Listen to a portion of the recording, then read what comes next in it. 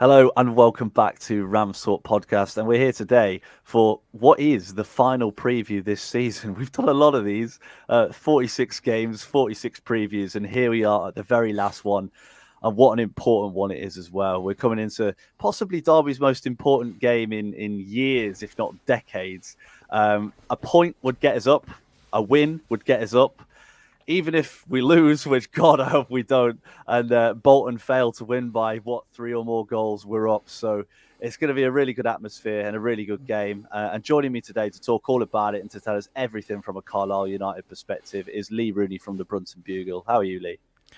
I'm not too bad, thanks, Jake. What I would say is don't tempt fate, because you could have some more. You could have some more previews to do in the playoffs. You never know with these things, do you? I'm not saying you will, but look, having seen us play over the last few months, if you don't get promoted on Saturday, then I'd be asking serious questions, to be honest. So there you go. No, that's fair enough. That's fair enough. I mean, we've got to talk about it firstly. We touched on it in the preview. People might remember earlier in the season, and you really talked about the actual promotion from League Two. It was a little bit of a surprise promotion. Obviously, League Two, League One, very different ball game. How have you sort of found it, and how have the club found it, sort of moving from League Two up to League One? I think it's been a big wake-up call is probably the wrong thing, but it's been quite a shock to them to see the actual. I mean, Simo has even said at one point, he said, "Look, even I was taken aback as to how good we were in League One 9 years ago, and the standard it's gone through the roof compared against then. And we were one of the better sides most of the time when we were in League One last time, and this time I'm like, wow, it's like." The teams, every team generally plays good football. If you're down near the bottom, you're probably not playing good football. And yeah, it's just like how big and physical and strong the players are, and quick. And yeah, it's been a big wake up call for us. As we mentioned before, getting promoted last year was a bit of a surprise to us. Simo himself has said we probably did it a year or two ahead of schedule, to be honest, because he'd taken us from a team that was on the verge of going out of the league, and with like 12, 15 games to go, saved us comfortably. Turned things around brilliantly last season. We got promoted on a bottom six budget last season.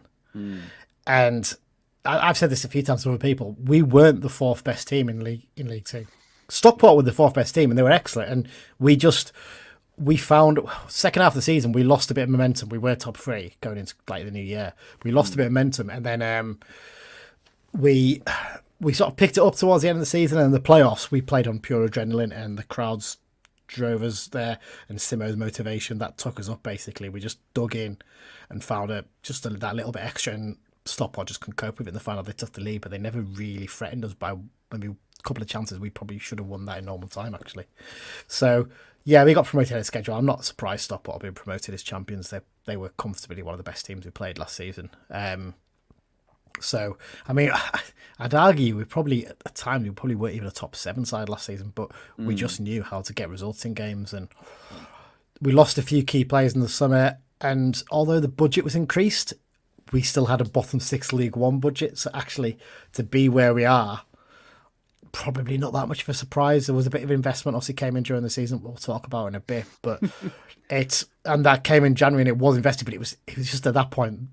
The momentum was all downward at that point, and it's difficult to lift a team that's lacking confidence then if you're starting to drop, and it's just the way it's worked out, and it's frustrating. But would I swap it for staying another season in League Two and building up slowly? No, absolutely not. It was a brilliant day out at Wembley, one of the best days I've had following Carlisle, so we're fine. We've come up, we've had some good days out in this level. We beat Bolton 3-1 away from home, beat Peterborough 3-1 away from home, and we've had a few interesting results. And up until about November, when Callum Guy, ex-Brett Derby player, funny enough, picked up an ACL injury, no one had battered us. I think we'd lost maybe by 2 goals once, I think. Every other game we'd lost by 1 goal. And he was that screen, that shield, and he's such an important player to us. We didn't have a replacement ready to come in. We had to wait till January when we were able to get reinforcements. And by then, as you said, like, the momentum was completely gone. So it's been a learning curve, definitely, because I remember that opening day we played Fleetwood, and we drew 1-1 with them, and we all came away from that going, wow, this is a step up from last season. I think, we thought they were going to finish mid-table, Fleetwood. We were that impressed. We're like, wow, they look a really good side. As it is, they're going to finish a place above us in the league.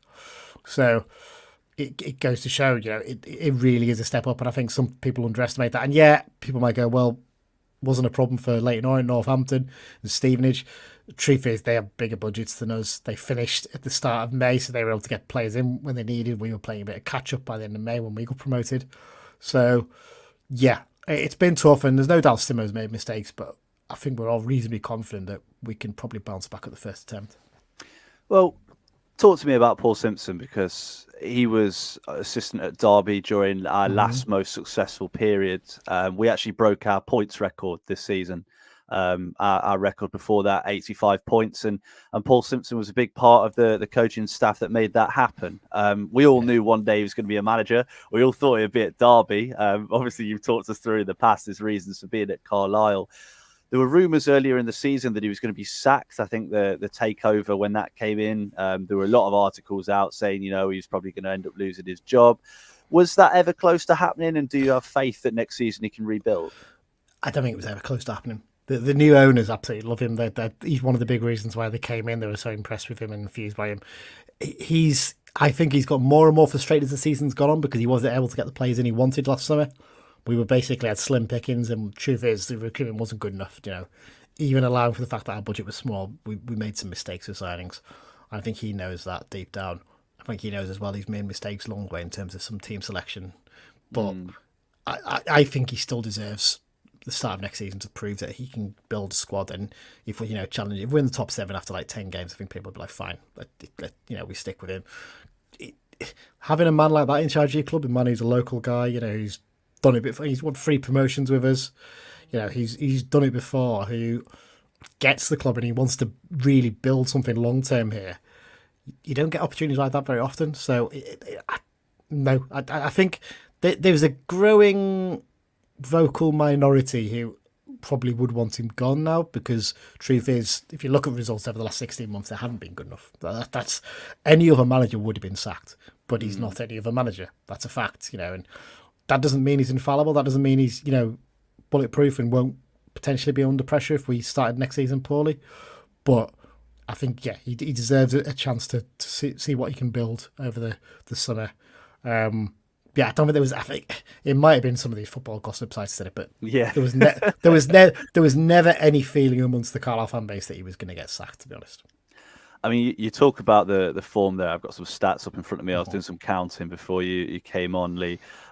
3 wins in 19, 4 defeats in your last 5, and only 7 wins in the league all season.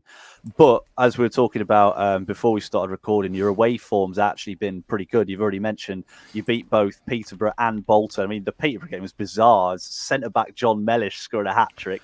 I don't know if he played centre-back that day, but I'm pretty sure he's a defender. I mean, talk me through those games and talk me through sort of, the changes in form throughout the season. So, I mean, it's interesting. Like, our recent form doesn't feel like it's been that bad. We've actually, since we've run about, we were on the verge of getting relegated, we've picked up a few okay results. We've had a few duff performances in there, but we've played okay in other games.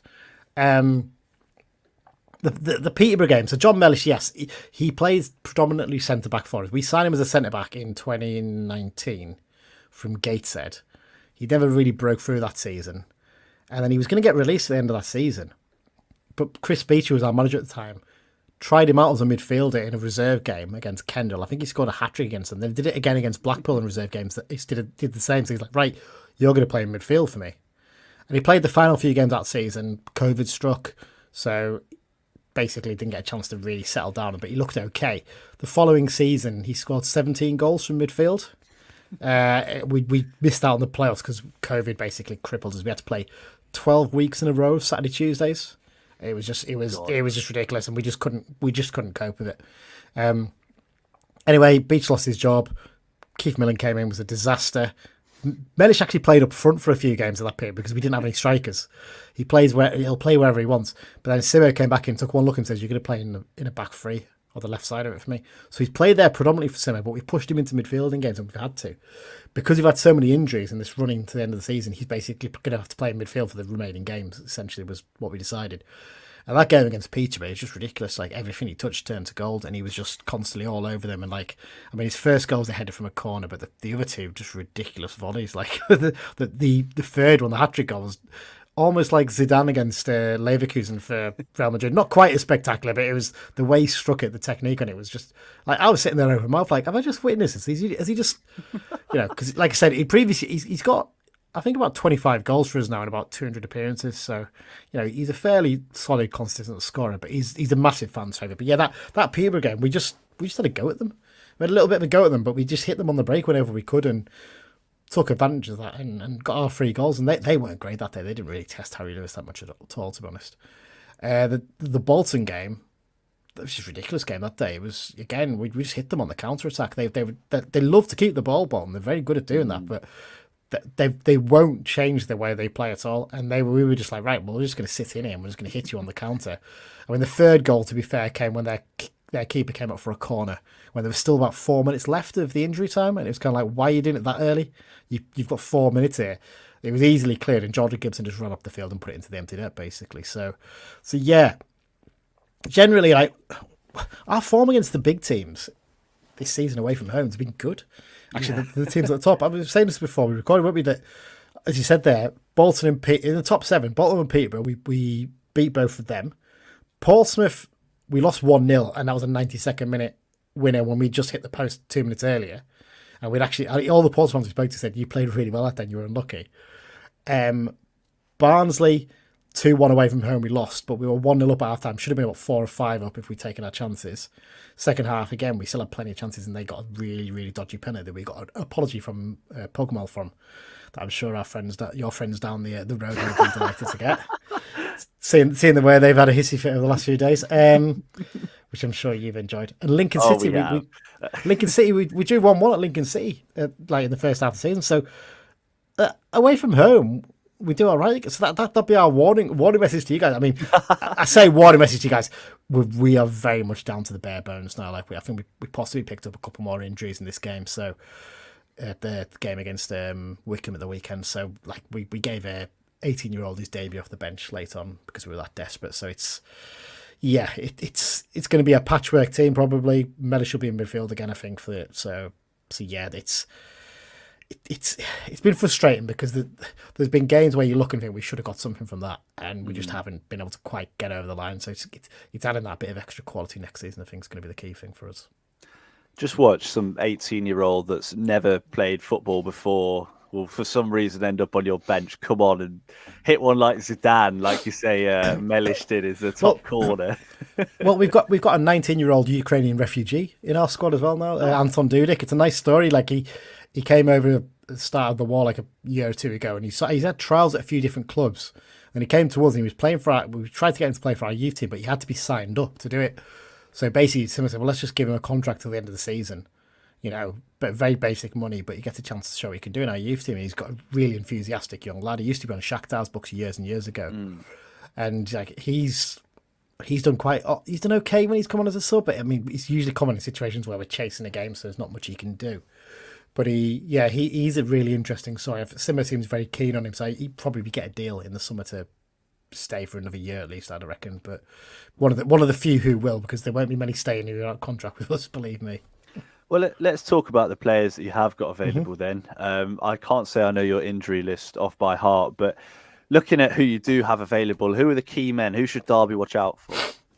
Well, Mellish is an obvious one because he will just run himself into the ground. He will just run all day and day, and like fitness levels wise, he's just off the scale how good he is for us. When he's on his game, he's not really been this second loan spell for us. It's a shame. Finn back, right wing back or right back, who's on loan from Forest, actually, funny enough. He's a good little player, but he's been injured so much this season. It's been so frustrating. It's a tough one because we're not really playing with much confidence at the moment. Harrison Neal loves to tackle. He'll probably get himself booked at some point if he's... I can't remember, did he come off injured? No, he did come off injured last game, but he like... Up front, Georgie Kelly's impressed in his first few games. He struggled a bit in the last game, but it's a difficult one. I mean, if he hadn't been such a naughty boy recently, I'd say Jordan Gibson, because he's got all the ability in the world. But obviously, he got suspended for 2 weeks because of going out drinking less than 48 hours before a game. Really? After we beat Peterborough, and he got basically videos appeared on the internet of him arguing with a bouncer outside one of the clubs. It's like, great, well done, lad. He's out of contract at the end of the season. He won't stay, even though we any other time we'd want to keep him, but it's just not going to work. So I think they're probably going to move him on at the end of the season, I think. But yeah, if he's involved, he's a player. He came on the weekend and he can cause problems. He uses the ball well. He's a good dribbler of the ball, a good finisher. I think he's gonna. Yeah, I'm pretty sure he's gonna finish the season as our top scorer with like 9 goals, 7 or 8 goals, 9 goals. Can't remember. 7. I've got 7. it in front of me. Right. He scored a couple. It's the cups. I'm thinking. I think he scored a couple in the cups as well. But in the league, yeah, he's got 7. So yeah, he's one. I'm struggling. I'm really struggling because they're just lacking so much confidence. Like I said, Mellish is the obvious one, but just because he will put himself about a lot. Yeah, absolutely. And just to sort of have a look back actually at Derby's game against Carlisle, 2-0 win. I think the scoreline maybe flattered us a little bit in that game. I think it was quite an even game. James Collins with a penalty and if I remember rightly, was a really smart finish from a Mendes Lang cutback as well. Yeah. I mean, we came into that game, we knew you were going to try and play football against us. We knew you were going to try and sort of match us and players. And I think you did quite a good job for the majority of the game. Looking at how the season's changed and how your team's changed, I guess, as time's gone on, will we expect a similar sort of performance and a similar sort of mindset from Carlisle, or have you changed things up a bit? At the moment, we're just trying to keep it as tight as possible in games, just because I said, we're lacking. When you look at it, like, we pretty much got a first choice midfield. Well, yeah, near enough a first choice midfield. Our Callum guy would start if he was available. Josh Vella would probably be involved if he was available. Josh Coyote's been just a nightmare of a signing, which is a real shame because he had 2 really good loan spells of us previously. It really has not worked out, that one. But yeah, there's so many players out injured. It's just like, what do you do? We're just desperate for the season to end. It sounds terrible, but yeah, I think we're likely to. We're gonna have 2 big lads up front probably. So it'll be Luke Armstrong and Georgie Kelly, who is 6'2" and 6'4". So they're big, strong lads. They're mobile. They're not slouches, but there will probably be a temptation for us to just knock it long to them because we just haven't got the options at the moment at all. Yeah, I think that, to be honest, probably plays straight into Derby's hands as well. I mean, we've got 2 centre backs that are about 8 feet tall. That'll be relishing that one. And a question I guess that we usually ask everyone, and everyone usually says exactly the same person. Are there any Derby players that, from a Carlisle perspective, you look at and really don't want to face? I mean, I'm guessing is Mendes Lang the player? It is Mendes Lang. You're right. I mean, he's got the broadest shoulders in football, hasn't he? He just looks like a tank.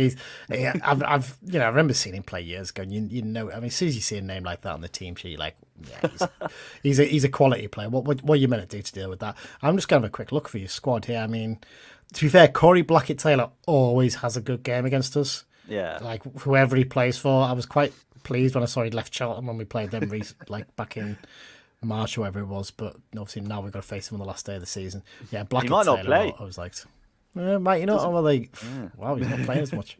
I mean, I don't know if this is Connor. I haven't actually looked at your recent lineup, so is Connor Hurricane playing a lot as well? No, he doesn't get a team either. I mean, come on. This is not fair. Like, you've got these players of this quality, and I am looking. You've got 4 defenders that are injured according to Transfermarkt as well. So yeah, you're a little bit light in that area. But no, Mendes Lang obviously, because he's just such a quality player on the ball, and he's just so big, strong, and powerful. And you just don't get a player like that in League Two, really. So that things like that have been a real wake up call for us. Yeah, it's so weird as well because you watch him on the pitch and he's fighting for every ball, and you talk to him off the pitch and he's the most softly spoken, nice, friendly man you'll ever meet. Yeah. Which is great. So just one final thing before we do our score prediction. We asked this to everyone. This isn't a targeted one. But are there any weaknesses in this Carlisle team that you think Derby could end up exploiting in the game? Just look at the team sheet. That's as much as I'd say. It can't be that badly. No, well, to be honest, I said this to the guy from Wickham, from Wickham's official website. He does the commentary Phil. as well. Yeah, like Phil. Yeah, I said to him last week. If you get an early lead against us, as soon as you take the lead against us, we'll struggle to get back involved. We won't come from behind, and especially when you've got 32,000 there cheering you on. Like we're going to have a fairly young, inexperienced, lacking in confidence side. I don't want to be too doom laden because, to be honest, it'd be just utterly typical Carlisle United to just turn up and spoil the party. It's just, That's the especially problem. live on telly, or just we're either going to embarrass ourselves or annoy the hell out of a lot of people. Yeah, just like if you can really get at us early on and get a lead, you'll have nothing to worry about. I'm pretty sure.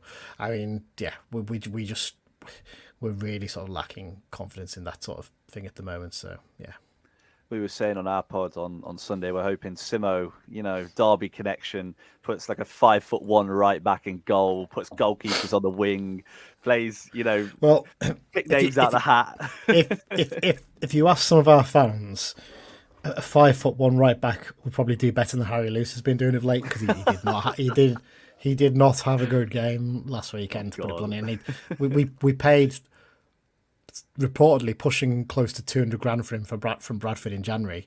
Wow! And he was very good for Bradford last season, and he's not been that good for us. And that's kind of like he's coming to a side lacking confidence. So I hope he'll improve next season. But it's getting long high balls into the box might help you because he doesn't come for crosses. He just doesn't. He's not the strongest or biggest in terms of that. But he's a good shot stopper. He's a decent shot stopper. But yeah, he just. Compared against Thomas Holy, who played the first half of the season for us pretty much and played all of last season, who's 6'9" and could claim everything. Lewis just does not. Thing is, Holy had an absolute stinker in December. He had made 4 mistakes in a row and had to be dropped at that point. He just wasn't like going to work. So, but yeah, I think we're hopefully. Well, I think we sold about 1,500 tickets already. I think, which is insane. Insane for a team that's on the verge of, well, it has been relegated for about a month and, could probably get battered in this game. But, we might as well enjoy one visit to your ground because if you guys go up, we're probably not going to get to go there for quite a while, I'd imagine. Yeah, hopefully. I mean, obviously, I'm hoping Derby win. I think that's pretty clear. But I do hope, again, you have a really good day out. Like we've been relegated recently. We know what it's like to end up going down. It's not a nice feeling, is it? And it's not a nice feeling, when you sort of look at the league below you and you realise some of the teams that you're going to be playing against, it can be tough. It can be difficult. So, yeah. I mean, having to go to Barrow again next season is just not something. I've heard it's just bad. There's this sort of faux local rivalry that's been built up between us, even though I know we're in the same county, but we're 84 miles apart. It's just ridiculous. Gateshead, if Gateshead got promoted, they would be closer to us than Barrow would be. I'd rather they'd be allowed in the playoffs, to be honest. But yeah, I think there is a feeling of looking down and seeing all those teams down there and thinking, oh God, who are we going to be facing? But I think also, if we'd gone back down under the previous owners, I think they would have been feeling like, oh, we could drop like a stone here. We could really be going down. But the new owners have come in November and they've just revolutionised everything off the pitch and the way the club's going. And there's potentially some really exciting times ahead for us based on that. What if the new owners changed? Well, it's basically they've come in and they say they want us to be more of a process when it comes to transfers, so we're not just relying on old contacts and things like that in clubs that we always go to, in particular agents. It's like let's make it analytic based. Let's do that sort of thing first. So we're using StatsBomb now. We're working out which players are we still have that. If you've got a bit of now saving, that player looks quite good, but you put it into the system to work out, actually, is he as good as we think he is? That kind of thing to back it up. But off the pitch, they've done so much in terms of just sprucing up around the ground, because the ground was, I mean, come up for the game and you see it's there's part of it, it's a charming ground in parts, but it's also like the stand you were in, opened in 1996, and like the shell of it's never been finished. You can see those big windows at the back where the adverts are on it. They're supposed to be boxes, never been done. They're doing that this summer. They're investing about £3 million into fitting them out, fitting a load of more hospitality bits underneath that as well to go with the ones on the west side. So that's going to put a huge amount more money into the club. They're on the verge of confirming a new training ground for the club, which looks like it's going to be. There's a place called Sheepmount, which is right next to the castle in the centre of town. And that's like, there's an athletic stadium there, but there's loads of pitches there, and they're raised up. They're by the river, but they're raised up so they don't flood. So it looks like they're going to announce that with the council at some point in the next couple of weeks, which we've needed, because if you saw the game, that pitch behind the waterworks end is our training pitch, but that is right by the river, and that does flood when the river gets too high, or it gets boggy when the water table goes up. So they're spending a load of money on that. Like in January, they signed Luke Armstrong for $250,000 apparently, Lewis for 175, Georgie Kelly. We don't know the fee on that, but we reckon it's probably close to six figures at least from Rotherham. You know, they've put their money where their mouth is, and they're really backing us off the field in terms of more recruitment, in terms of staff and things like that. So it's incredibly exciting times. We just need a team to start winning to help it now, and hopefully with the investment that'll go in the summer into the playing squad. All I can say is we're delighted that Wrexham, Mansfield, and Stockport will be promoted, because they all spend big, and as much as we probably would be getting close to matching a couple of them, having them out the way, you only actually think Chesterfield are probably the only ones who are probably going to be spending similar amounts. Maybe, you know, your MK Dons, and there's a couple of us, maybe Gillingham or someone, but we should be some of the bigger payers, which is for the first time in probably about 2 or 3 decades that will have happened. So it's fingers crossed. There's no guarantees, but the hope is that we can bounce back at the first attempt. Well, I hope you're right. I really do hope you're right. And yeah, hopefully next season we'll see hopefully some of that cash go towards some good things. So, Lee, we've got to finish off by asking the big question. Last game of the season, last prediction of the season. Please be the last prediction of the season. What's your prediction for the game, Lee? How do you see it going? Right. Let's make it exciting. Let's make it a 4-4 draw. Why not? Wow. Let's go for something mental. We're just going to throw players forward and score a few goals, but you're going to be far too strong for us, and you'll get the point you need to go up. So we're all happy. We all got to see some goals. You get your point to get promoted. We don't get totally humiliated on national television. I'll be happy with that. If that happens, I'll be amazed, because to be fair, that's the prediction that Dan on our pod did last week for the Wickham game, and that ended up a 3-1 defeat. As did the guy from the Wickham pod. He predicted a 4-4 draw as well. So I'm just high on life and whatever they've been drinking, you know. So yeah, let's go for a 4-4 draw. Why not? I love it. And I tell you what, I think I'll have a heart attack if there's a 4-4 draw in that game, especially if Bolton end up winning. Oh my God. That'll be horrendous. And I'm going to say, I tell you what, I think Derby are going to edge it 1-0. I think it's going to be really painful. I think it's going to be one of those where, I tell you what, it's probably going to, I think it's going to be similar to the Portsmouth game. I think you'll be really strong, really resolute. Derby will have to throw players forward, and hopefully, well, from a Derby perspective, we can find the back of the net and get a result. As I said, get your early goal and you'll be fine. I promise you that. You will be fine if you get an early goal. Yeah, I hope you're listening, Vaughan. I hope you're taking that one in. So, right, thank you so much for joining us, Lee. If people want to find your stuff, where would they find you? Yeah, just search for the Brunton Bugle on any good podcast app. We're up on there. We're on Twitter as well. We don't tweet as much as we probably should do. We're trying to improve that next season. But we've got a website, bruntonbugle.com as well. You can find all our episodes there. But yeah, we'll be doing a preview ahead of this one. Some interesting takes on that, because Simo sort of tried to say at the weekend that we only have a mid-table budget next season, and now the owners come out and actually said, no, we'll have a better than mid-table budget. And I think I know why he's done that. I think he's trying to stave off agents, basically. Yeah, a player who would start off at 3K if you're a mid-table team, coming and saying, actually, I want 5 or 6K a week. It's like, okay, that's we know what we're all about that. Avoid. Yeah, you've got to be very careful of that. Yeah. You certainly do. And so thank you so much for listening. We've really appreciated all your support throughout the whole year. Like we said, 46 previews. That's a lot of previews between the four of us. So yeah, it's been great. And thank you to every single guest, including you, Lee, for coming on and giving up your time to talk about the games before they happen. So as I've said throughout the whole episode, I hope Derby get a point or a win. Maybe for Lee's sake, let's hope we get a point and everyone go home happy, and Derby are celebrating promotion, and Carlisle can look forward to a good season in League Two. So, yeah, as I said, thank you so much for listening.